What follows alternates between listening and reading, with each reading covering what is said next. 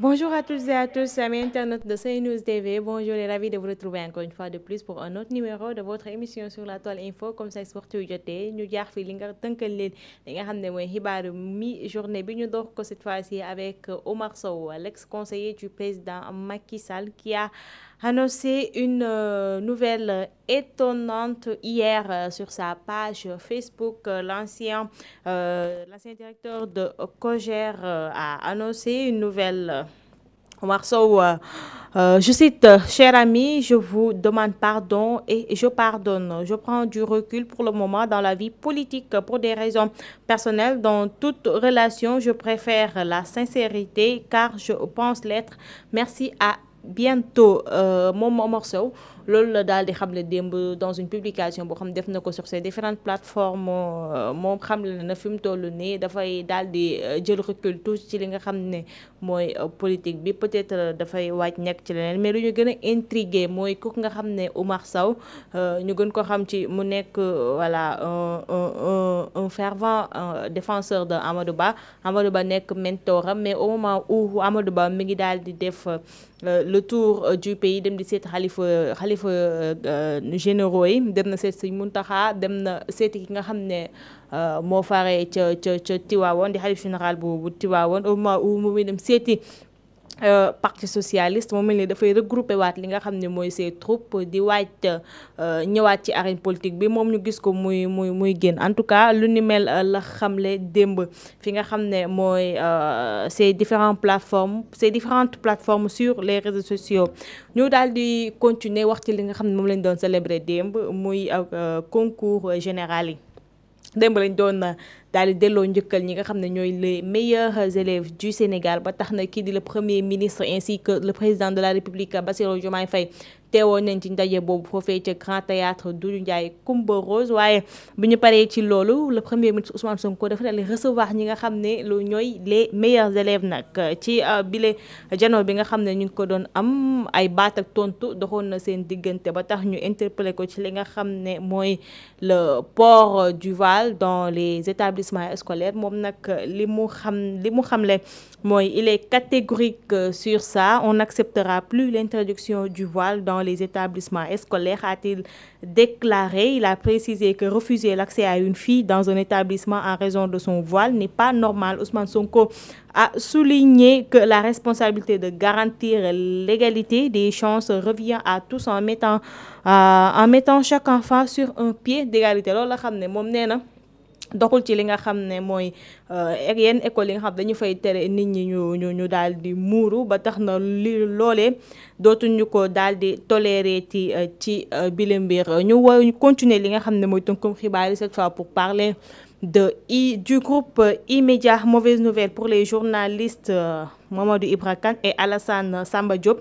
Les temps ne sont plus aussi favorables au sein du groupe E-Media Invest. Abdoulaye Sylla a déposé une plainte auprès du procureur de la République après le tribunal de grande instance de Dakar, révèle Source A. Le plaignant remet en cause la manière dont la société a été gérée par Mamadou Ibra Kane, ancien directeur du groupe de presse, et son successeur Alassane Samba Diop, rapporte le journal. Les deux journalistes sont poursuivis pour abus de biens sociaux, informe le journal, avant d'ajouter le principal reproche fait à Mamadou Ibra Kane et Alassane Samba Diop, entre autres, est d'avoir poursuivi l'exploitation malgré la perte de plus de la moitié du capital social et des infractions prévues par l'article 111 de l'acte uniforme sur le droit comptable pour ne pas avoir dressé l'inventaire et établi les états financiers annulés ainsi que les banqueroutes prévues par l'article 228 alinéa 4 et l'article 213 alinéa 5 pour ne pas avoir tenu la comptabilité. Mingok nga xam ne moo fi nekkoon directeur immédiat muy Mamadou Ibra Kane, directeur bi di Alassane Samba Diop. ñoom seen benn actionnaire bu wuyoo ci turu Abdoulaye Sylla moo leen daal di porter plainte auprès du procureur de la République. Lim leen di toppee nag mooy comment dire sax mi ngi leen di toppee li nga xam ne mooy il remet en cause, voilà, il remet en cause la manière dont la société a été gérée par Mamadou Ibra Kane et son successeur Alassane Samba Diop. Les deux journalistes sont poursuivis pour abus de biens sociaux, informe le journal. Voilà, abus de biens sociaux la ñu toppee ñi nga xam ne ñooy ñaari directeurs yooyu. Mamadou Ibra Kane moom ñu fàttali ne daal dina woon bàyyi fi nga xam ne ba mu waree dugg ci arène politique bi bàyyi woon na fi nga xam ne mooy immédiat daal di créer mouvement boppam demain c'est maintenant, waaye teewul daal dinañ koy boole waale ci li nga xam ne mooy plainte bi. On va terminer par le sport, parler encore de Lac de Guiers 2 et de sa relation avec Modou Lo, ndax dégg ngeen les premiers mots yi nga xam ne Lac de Guiers yëkkati na ko ginnaaw ba mu génnee ci prison bi, mooy mu ngi sant Modou Lo bu baax a baax. loolu la daal di wax. ginnaaw loolu nag defoon na li nga xam ne mooy buzz polémique, parce que nit yi ñu ngi doon wax ni lan la war a mën a sekk ak Modou Lo ba génn, ba tax na avant muy gërëm kenn Modou Lo lañ daal di njëkk a gërëm. surtout ñu gis ko mu snobé nga xam ne mooy Balla Gaye, snobé aussi Aziz Ndiaye. moom Lac de Guiers 2 ñëwaat na ci loolu ginnaaw bañ ko fekkee foofee ca kër Bécaye Mbaye. moom la mu xamle moom Lac de Guiers mooy je ne suis pas hypocrite. Modou Lo m'a soutenu quand j'étais en prison, il est venu me voir et a fait tout ce qu'il fallait pour que je sorte. loolu la daal di xamle. nee na Modou Lo ba mu nekkee kaso da koo taxawu woon te def na lu mu mën ak lu mu mënul pour mu daal di génn prison boobu. moo tax su génnee da koy sant bu baax a baax, gërëm ko. peut-être am na ñu nga xam ne jege nañ ko te Modou Lo la mu daal di def ci mbir ma ñoom defuñu ko. ñu daal di jàll ci actualité people bi cette fois-ci pour parler de la belle Fat Bintou de Babel bi nga xam ne démb def na benn vidéo moom it di laaj Amileya fan la mbir yi toll, parce que ñu fàttale ko dernier wu tàkkusaanu Babel bi ñu defoon fii ci Grand Théâtre.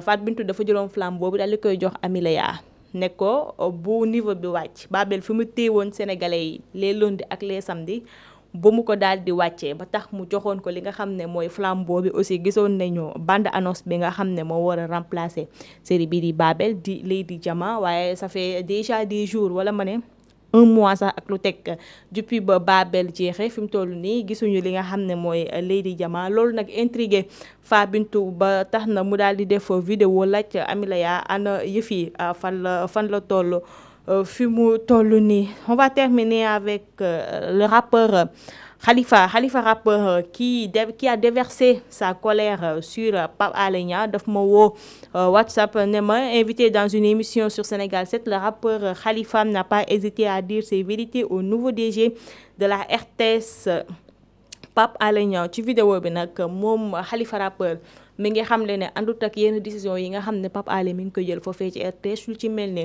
le choix de mettre Wally Seck comme ambassadeur de la RTS ak choix bi nga xam ne le supposé recrutement bi nga xam ne waxoon nañ ko ni moom Pape Alé da koo recruter ki nga xam ne mooy Asma Khadija. ndax ñu fàttali ko tuuti rek fan yee ñu génn daal nañu waxoon que ni Asma Khadija dafa démissionné fi nga xam ne mooy Sen TV pour dem fi nga xam ne mooy RTS.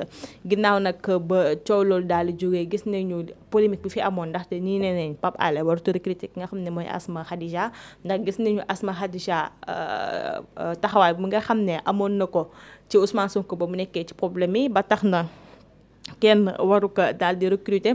loolu nag juróon coow mu mel ni Khalifa rappeur mu dafa am loo xam ne daf ko dese woon war ko wax Pape Alé démb nag ci fi nga xam ne mooy les ondes de nos confrères sur Sénégal 7 daal dinay wax ses 4 vérités ak ki nga xam ne mooy Pape Alé Niang di le nouveau DG de la RTS. méngoog li nekkoon tey votre émission sur la toile info, ñuy njoxtu rek ne li leen indiloon ci ay information satisfaire na leen, di leen jaajëfal bu baax, di leen jox dig daje suba incha allah ci beneen numéro de votre émission sur la toile info. d'ici là je vous souhaite de passer une excellente journée.